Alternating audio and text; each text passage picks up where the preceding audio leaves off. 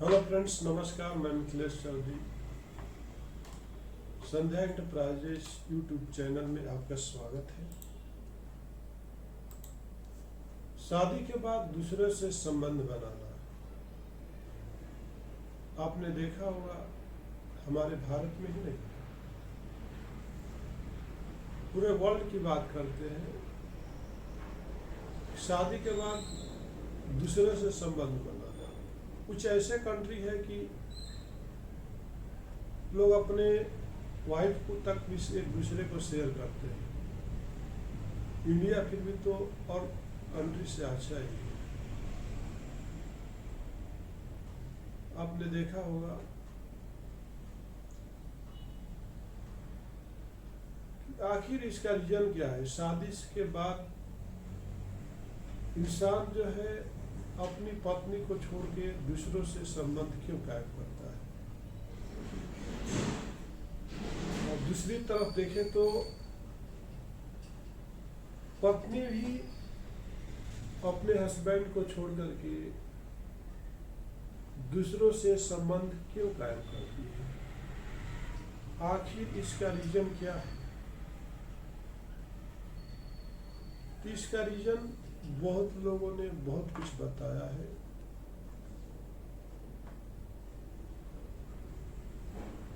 Reason बहुत हो सकता है। एक तो होता है कि सेक्सुअल सेटिस्फैक्शन जो होता है, अगर वाइफ को नहीं मिलती है, अगर पत्नी को नहीं मिलती है, तो वो दूसरे की तरफ देखना शुरू करती है। उसी तरफ दूसरे तरफ सेक्सुअल सेटिस्फैक्शन अगर हस्बैंड को नहीं मिलता है, तो दूसरे नारी की तरफ देखना शुरू कर देता है। दूसरी बात करें तो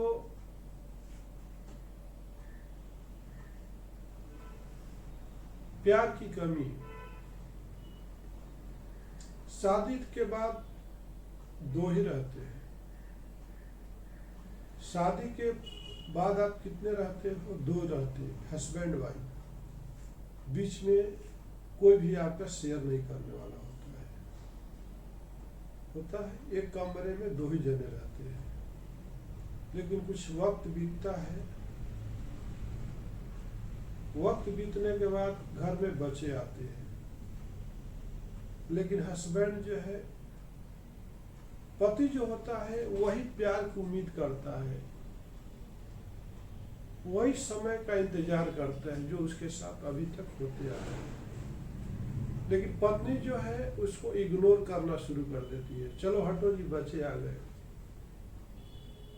तो उस टाइम में क्या होता है, पति जो है दूसरे स्त्रियों की तरफ आकर्षित होने लगता है। क्योंकि अभी तक वो 3 टाइम खाना खाया है, अब एक टाइम खाना मिलेगा कोई भी आदमी को, तो भी उसको लाइफ में वीकनेस फीलिंग होना जायज है। जब वीकनेस फीलिंग होता है तो आदमी जो है स्ट्रेस की तरफ जाता है, और स्ट्रेस की तरफ जाता है तो कुछ स्ट्रेस को रिलैक्स होने के लिए कोई ना कोई उसको कुछ चाहिए, कुछ खुशी चाहिए। इसलिए बच्चे होने के बाद बहुत सारा हस्बैंड जो है दूसरे पत्नियों की तरफ आकर्षित हो जाते हैं और अपनी बीवी को ख्याल नहीं कर पाते हैं। क्योंकि इसका रीजन बीवी ही है जो बच्चे होने के बाद अपने हस्बैंड का ख्याल नहीं रखती है।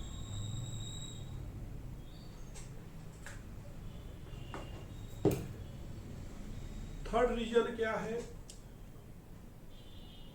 शादी के बाद पति को अपने पत्नी से साल, 2 साल, 6 महीना दूर रहना। आप शादी किए हो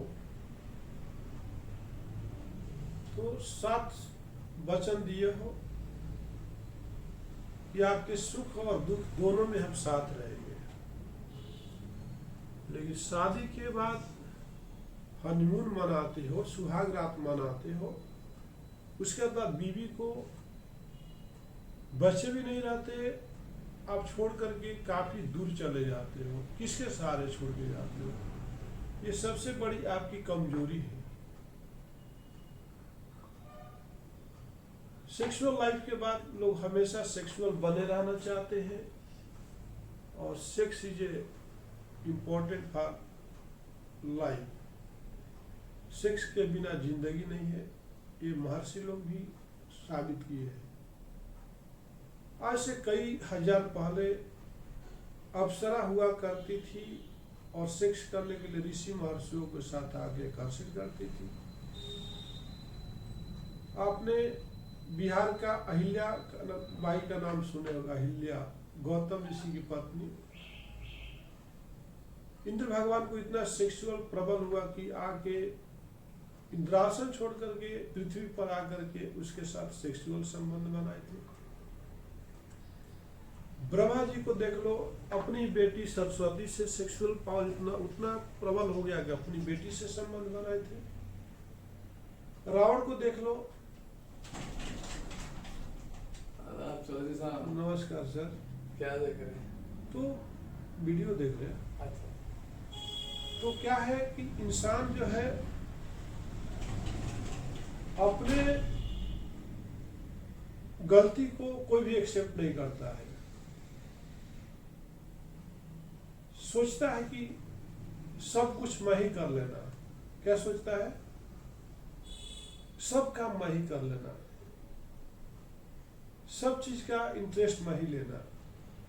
लेकिन ऐसा लाइफ में होता नहीं है। मेरा मानना है कि जिस तरह शादी के बाद अपने वाइफ का केयर करते थे, शादी के बाद वैसा ही केयर किए होते।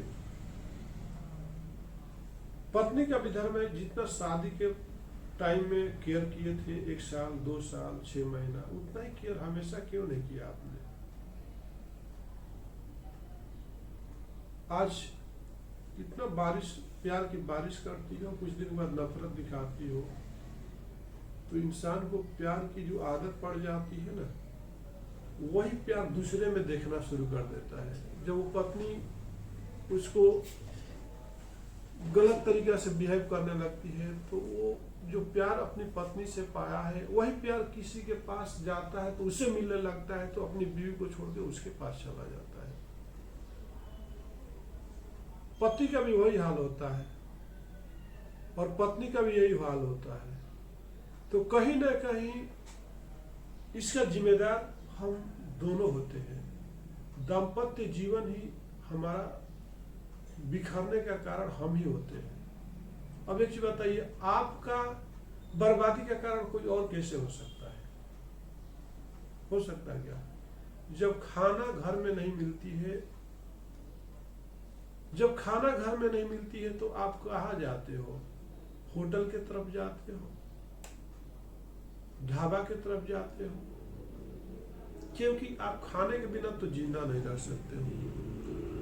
उसी तरह से जो आपके लाइफ में जो चीज की हैबिट बन गई है, जो चीज आपको मिल चुकी है, जिसका आप अनुभव कर चुके हो, और वो चीज आपको सडनली उसको बंद कर दिया जाए तो आप क्या करोगे? यही रीजन है कि दाम्पत्य जीवन जो है हमारे देश में बिखरता हुआ नजर आता है।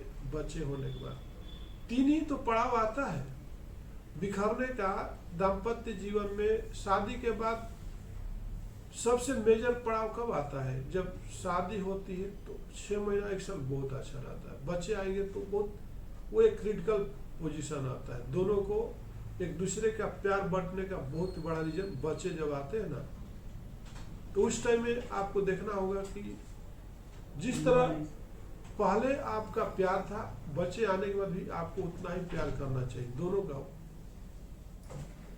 ये जिम्मेदारी बनती है। दूसरी तरफ तीसरा जो रीजन आता है, जैसे कि आपके लाइफ में बहुत सारा रिलेशन का आना,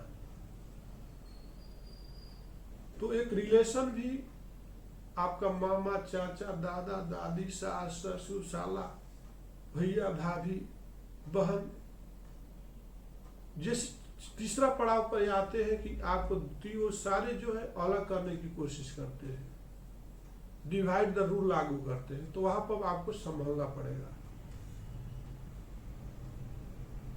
और फोर्थ पॉइंट क्या आता है आपके लाइफ में एक दूसरे से दूर होने का, आपका कैरियर क्या होता है, आपका कैरियर होता है। अब कैरियर बनाने के लिए आपको कहीं दूर जाना होता है तो बीवी को छोड़ देना पड़ता है। आपके गैप में वो इतनी मतवाली हो जाती है कि दूसरे मर्द अगर वो प्यार देने के लिए उसके साथ में आ जाता है तो उसका रास्ता बदल जाता है, किसी का परवाह नहीं करती। तो चारों जो स्टेज है आप क्यों नहीं संभालते हो? अगर ये चारों स्टेज पर ध्यान दिया जाए तो शादी के बाद कोई भी औरत दूसरे मर्द के पास नहीं जाएगी और कोई भी मर्द दूसरे नारी के पास नहीं जाएगी। अगर ये वीडियो आपको पसंद आए तो ये चारों टॉपिक पर, चारों पॉइंट पर आप ध्यान दीजिए, तो देखिए आपका दाम्पत्य जीवन स्वर्ग से सुंदर, सपनों से प्यारा है अपना घर द्वार।